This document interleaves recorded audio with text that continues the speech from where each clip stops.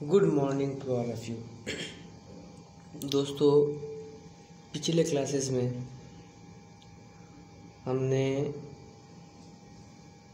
Polynomial lesson complete किया था और आज हम एनसीईआरटी की तीसरी एक्सरसाइज या तीसरा लेसन कोऑर्डिनेट ज्योमेट्री शुरू करेंगे।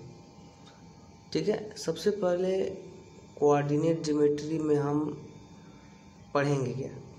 तो देखो, ये जो कोऑर्डिनेट ज्योमेट्री है, ये कोऑर्डिनेट ज्योमेट्री मैथ का वह ब्रांच है जिसके हेल्प से किसी प्लेन में, प्लेन का मतलब जिसमें लंबाई हो चौड़ाई हो, जैसे ये हमारा बोर्ड एक प्लेन है, ठीक है ना, इसमें लंबाई है चौड़ाई है। जैसे मान लो कि ये बुक है तो बुक की ये कॉपी एक प्लेन है, ठीक है ना, ये एक प्लेन है। या फिर दीवार है, घर का दीवार, वो भी एक प्लेन फिगर है। तो कोऑर्डिनेट ज्योमेट्री से हम किसी प्लेन में, जैसे मान लो कि हमारा एक प्लेन है, किसी प्लेन में किसी पॉइंट का पोजीशन हम बताते हैं कि ये कहाँ है, ठीक है ना, ये पोजीशन कहाँ है। कोऑर्डिनेट ज्योमेट्री की हेल्प से हम किसी भी पॉइंट का पोजीशन डिफाइन करते हैं कि ये है कहाँ। जैसे मैं आपसे एक सवाल पूछूं, देखिए मान लीजिए कि ये जो हमारा ये दिखाई दे रहा है, ये हमारा एक पेज है, कुछ भी है। मैंने यहाँ पे एक पॉइंट लिख दिया और मैंने पूछा आपसे कि बताइए कि ये पॉइंट कहाँ है। तो देखो, किसी भी चीज़ को बताने के लिए कि ये कहाँ है, आप कई तरह से आंसर दे सकते हैं। जैसे मैंने पूछ दिया कि ये डॉट कहाँ है आपसे, मान लो कि ये डॉट हम यहाँ पे लगा दिए। ये पूरा हमारा पेज है जो आपको दिखाई दे रहा है, ये समझ लीजिए ये एक पेज हो गया आपका, ठीक है, ये पेपर पेज हो गया। इसमें मैंने एक पॉइंट लिख दिया और मैंने पूछा कि ये पॉइंट कहाँ है, इसका पोजीशन बताइए। तो आप क्या कहेंगे?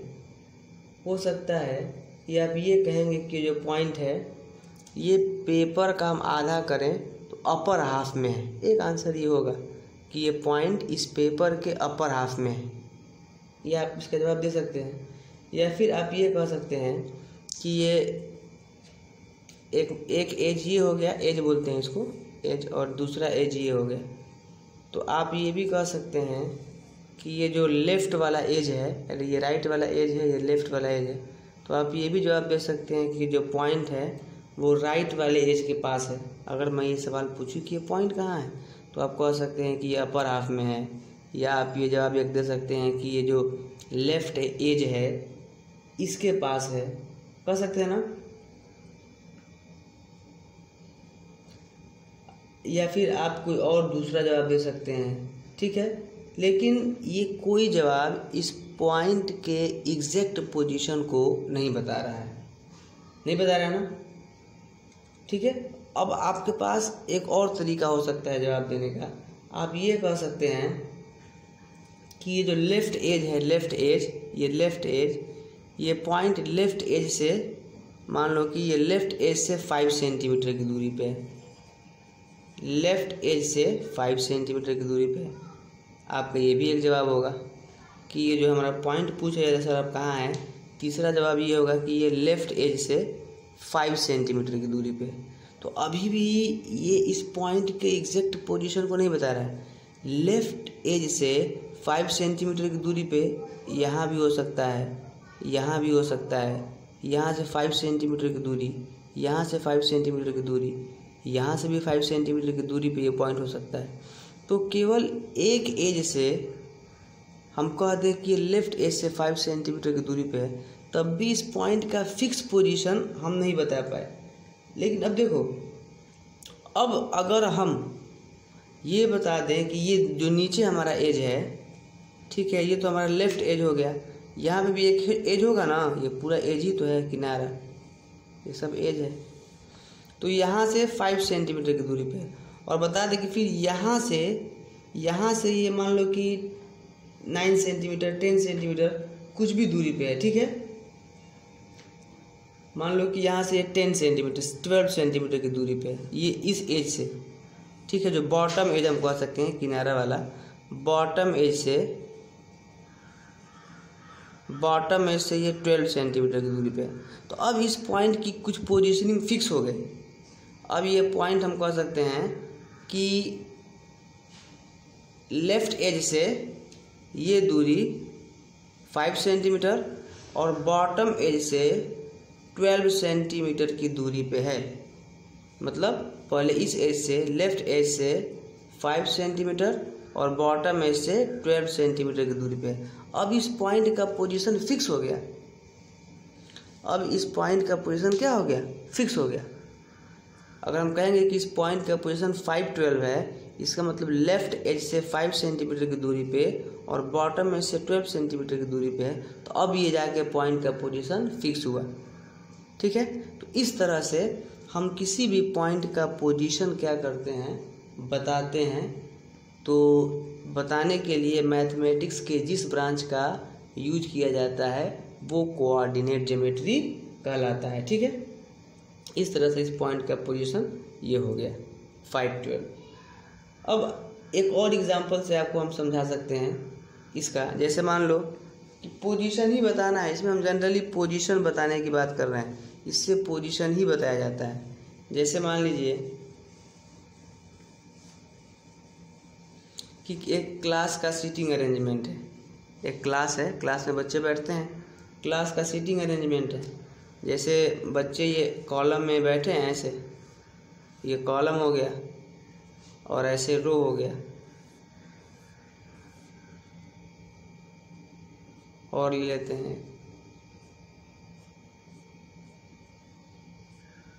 और ये टीचर का डेस्क हो गया, यहाँ पे टीचर हो गया, यहाँ पे बच्चे यहाँ बच्चे बैठे हैं। आप ध्यान दीजिएगा, मैं यहाँ बच्चों को बैठा रहा हूँ, बच्चे यहाँ बैठे हैं, ये सब बच्चे बैठे हैं,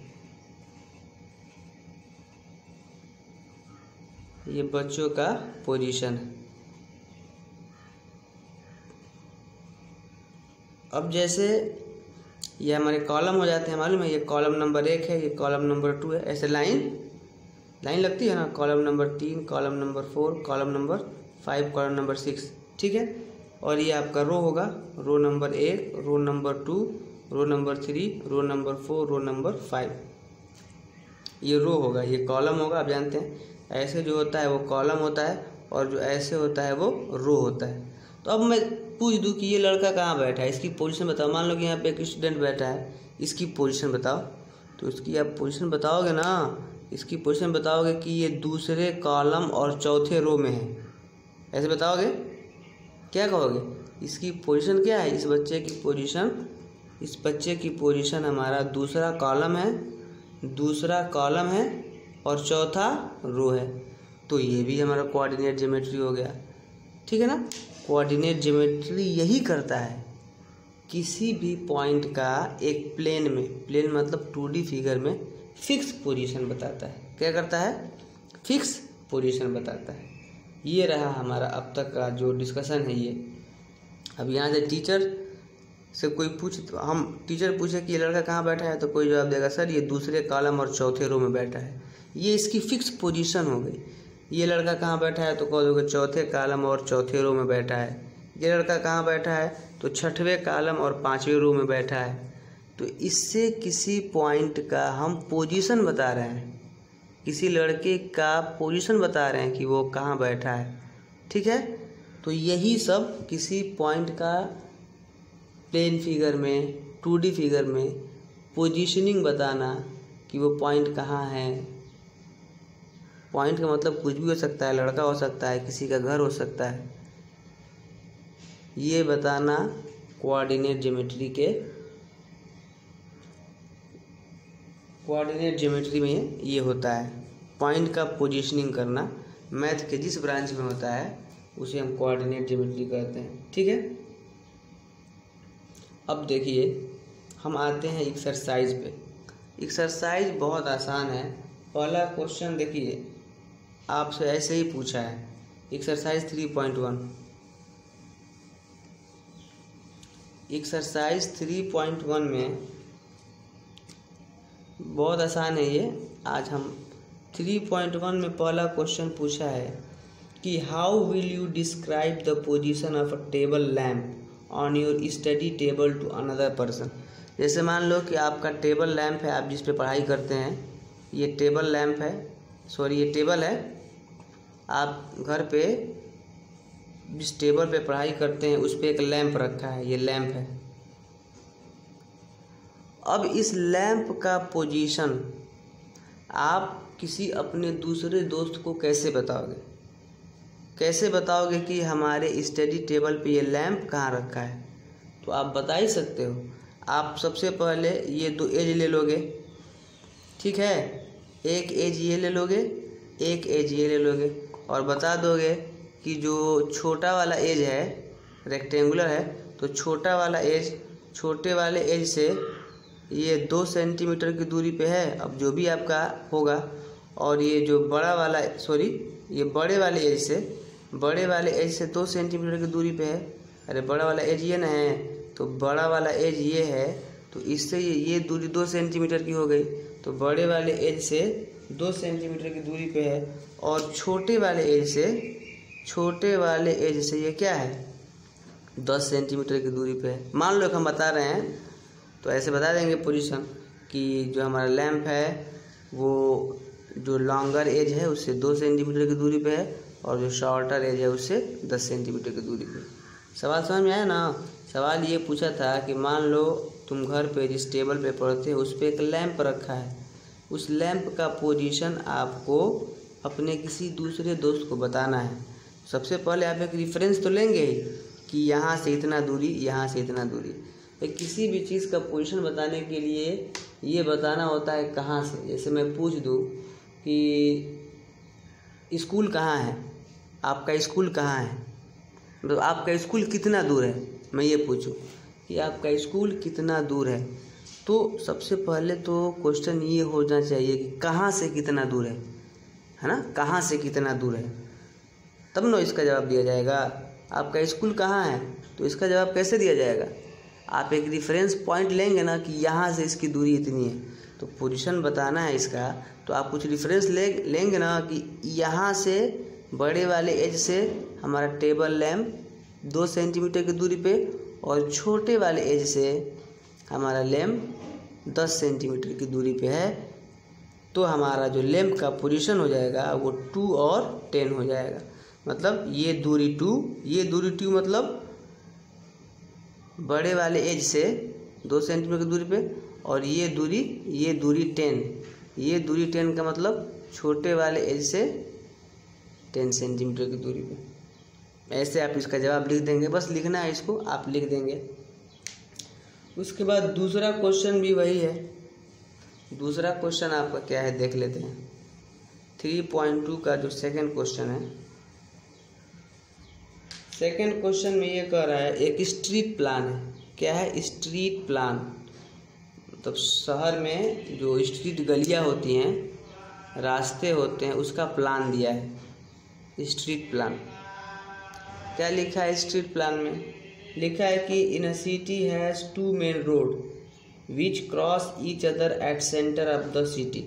2 मेन रोड हैं शहर में, 2 मेन रोड हैं जो सिटी के सेंटर में एक दूसरे को क्रॉस करते हैं, मान लो ये, ठीक है, ये स्ट्रीट प्लान है। देख लिए स्ट्रीट प्लान। दूसरा क्वेश्चन, तो क्वेश्चन ये कह रहा है कि 2 मेन रोड हैं, city has 2 main road which cross each other at the center of the city. These 2 roads are along north south direction and east west direction। ठीक है, ये हमारा नॉर्थ साउथ, ये नॉर्थ साउथ और ये east west direction हो गया। ये ना कर रहा है, ये 2 रोड हैं, डायरेक्शन बता दिया कि नॉर्थ साउथ और ईस्ट वेस्ट डायरेक्शन में ये हमारे रोड हैं। अब आगे क्या कह रहा है? आगे लिखा है all the other streets of the city runs parallel to these roads and are 200 meter apart। बाकी जो शहर में और स्ट्रीट्स हैं वो इनके पैरेलल हैं, ऐसे या ऐसे, ठीक है, और वो एक दूसरे से 200 मीटर की दूरी पे हैं। जैसे मान लो कि ऐसे,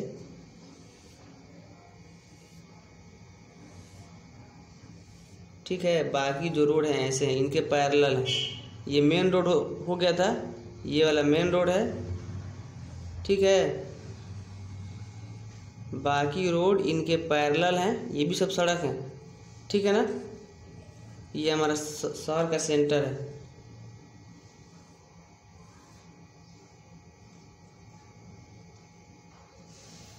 ये सब इनके पैरेलल हैं, और ये जो दूरी है दो सड़क के बीच में, ये 200 किलोमीटर है। क्या है? 200 किलोमीटर। मतलब इसके बीच की दूरी 200 किलोमीटर। सब एक दूसरे से 200 किलोमीटर की दूरी पे है। सवाल में लिखा है कि बाकी जो रोड हैं इन दो मेन रोड के पैरेलल हैं और वो एक दूसरे से 200 मीटर की दूरी पे हैं। There are 5 street in each direction. अब 5 हैं, 1 2 3 4 मैं बनाया हूँ 5, आपको दिखाई देगा यहाँ भी, यहाँ से भी 1 2 3 4 5, हर तरफ 5 है। समझ में आ गया? यहाँ से भी 1 2 3 4 5 आप बनाएंगे, 5 हैं चारों तरफ। लिखा है, आप पढ़ेंगे समझ में आएगा, समझ में आ जाएगा। लिखा है कि there are 5 street in each direction. इधर भी 5 स्ट्रीट है, इधर भी 5 स्ट्रीट है, इधर भी 5 स्ट्रीट है, और इधर भी 5 स्ट्रीट है। अब कह रहा है कि using 1 centimetre equal to 200 metre. Scale भी दे दिया है। स्केल कह रहा है कि आप जब ग्राफ पे बनाएंगे इसको तो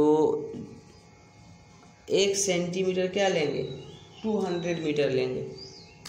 मतलब होता है ना, जो कॉलम ग्राफ पेपर पे हम स्केल लिखते थे तो जो 1 सेंटीमीटर होगा उसको आप 200 मीटर लोगे। मतलब ये 1 सेंटीमीटर की दूरी पे होंगे ग्राफ पेपर पे। ग्राफ पेपर पे आप 200 मीटर की दूरी को 1 सेंटीमीटर लेके एक मॉडल बनाएंगे। ऐसे ही मॉडल बनेगा, बहुत आसान है। ग्राफ पेपर लेंगे, ये 2 मेन रोड होगा, इधर 5 रोड ड्रॉ कर देंगे, इधर 5 रोड ड्रॉ कर देंगे, 5 ड्रॉ करेंगे, ठीक है।